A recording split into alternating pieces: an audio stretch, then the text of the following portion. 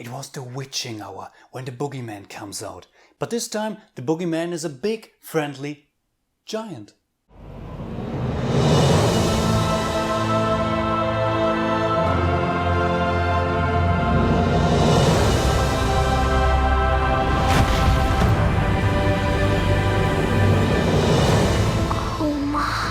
Steven Spielberg adapts Roald Dahl's beloved children's book, the BFG. And let's be honest, we are all hoping for a new E.T. The movie is even written by the same author, Melissa Matheson.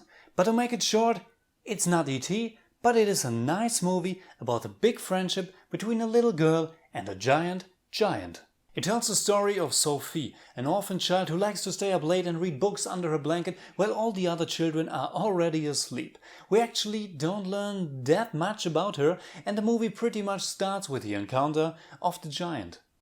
But the build-up works pretty well, as it takes quite some time until the camera actually reveals the face and until you hear his voice for the first time. Steven Spielberg is one of the best visual storytellers out there, and his style gets apparent immediately. Director of cinematography Janusz Kaminski, who worked many times with Spielberg, creates great images full of magic and warmth. My favorite two places of the movie are the little house of the giant and his workplace, where he goes to store dreams. The amount of details is beautiful. Instead of a bed, he got a wooden ship with Sophie sleeping in the crow's nest. The colors and the movement of the camera create an interesting world, even though I have to say the movie is pretty leisurely. I don't think it reaches that level of E.T. because unlike that movie, the BFG feels a lot more like a movie for children only. Not that you can't enjoy it as an adult, which I clearly did, but it's a little bit too reserved and nice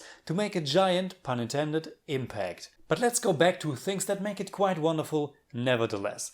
By far the best part of it is the casting of Mark Rylance and Ruby Barnhill. Barnhill, who is only 11 years old and who has only one other credit in TV series so far, is a natural. You feel her excitement, her sadness and her joy, and she has a nice chemistry with Rylance, whose voice I could listen to forever. He gives such a heartwarming performance, and the scenes with only him and Sophie are the heart of the movie. Regarding the other giants, who are much bigger than the BFG, I wasn't that big a fan of them. Not that you should be, but for some reason the bullying didn't get to me all that emotionally. Normally it doesn't take that much to get me really invested in characters who are treated unfairly. Maybe it was the design, maybe the effects, because while the movie looks stunning for the most part, the big bully scene before the BFG's house felt very cartoony and wasn't my deal. But right after that, Spielberg takes us to another part of Giantland and shows us the BFG and Sophie dream catching. A wonderful, beautiful scene, and again told very cleverly visually. You get misty ground, glowing stars in the sky and a lake that will take you to a realm full of dreams. I haven't read the children's book it's based on, but from what I've seen it seems to be a pretty faithful adaptation. And that's the reason why my biggest disappointment with the movie is actually more of an issue with the ending of the story itself, I think.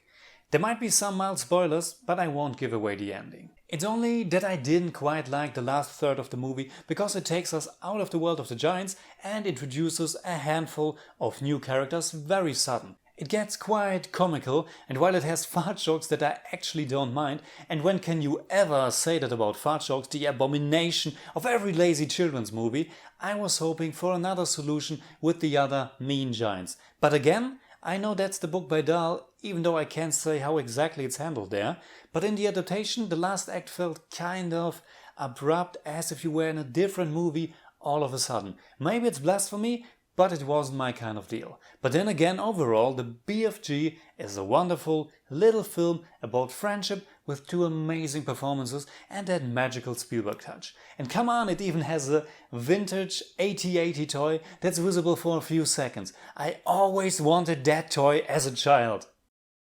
Alright, that's it. Like always, please tell me in the comments below what you think about the BFG. And also please tell me what's your favorite movie of Steven Spielberg. And also, did you catch that AT-80? And if you enjoyed this video, please give me a thumbs up, share, subscribe, whatever you like.